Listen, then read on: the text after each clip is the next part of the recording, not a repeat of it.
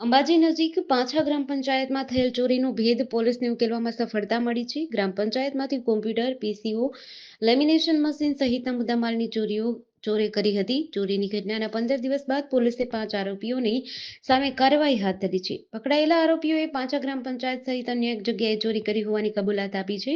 હજી પૂછપરછ ચાલુ છે. પૂછપરછ દરમિયાન વધુ ચોરીના ભેદ ખુલે તેવી શક્યતા છે. કુલ 1,17,600 રૂપિયાનો મુદ્દામાલ અંબાજી નજીક પાંછા ગ્રામ પંચાયતમાંથી તારીખ 31/7/2024ના રોજ ચોરી થયો હતો. એક આરોપી પુખ્ત વયનો જ્યારે અન્ય 4 આરોપીઓ નાબાલિગ હોવાની માહિતી મળી છે.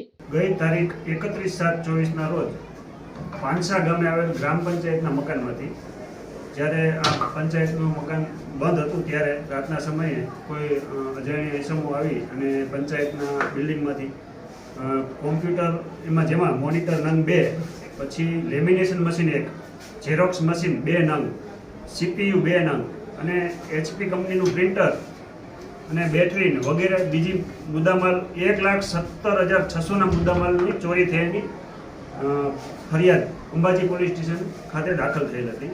ત્યારબાદ અંબાજી પોલીસની અલગ અલગ ટીમો રચી અને આ ચોરી બાબતે તપાસ કરતા આજરોજ માત્ર 15 દિવસના સમય દરમિયાન અંબાજી પોલીસ દ્વારા આ જે ચોરી છે ડિટેક્ટ કરવામાં આવી છે, જેમાં 5 આરોપીઓ છે અને એક આરોપી જેમાં છે કપૂરરામ લીલારામ અંગારી જાંબોડીનો અને બીજા 4 કાયદાના સંઘર્ષમાં આવેલા કિશોર છે અને આ તમામ મુદ્દામાલ કબજે કરેલ છે.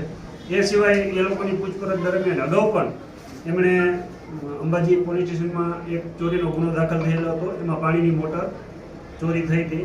એ મુદ્દામાલ પણ કબજે કરેલ છે અને એ ચોરી પણ ડિટેક્ટ થઈ છે અને હજી કદાચ પૂછપરછ દરમિયાન વધુ બીજી પણ ચોરીઓ આમાં ડિટેક્ટ થવાની શક્યતા રહેલી છે. GDC ન્યૂઝ સાથે પ્રકાશ મીણા, બનાસકાંઠા.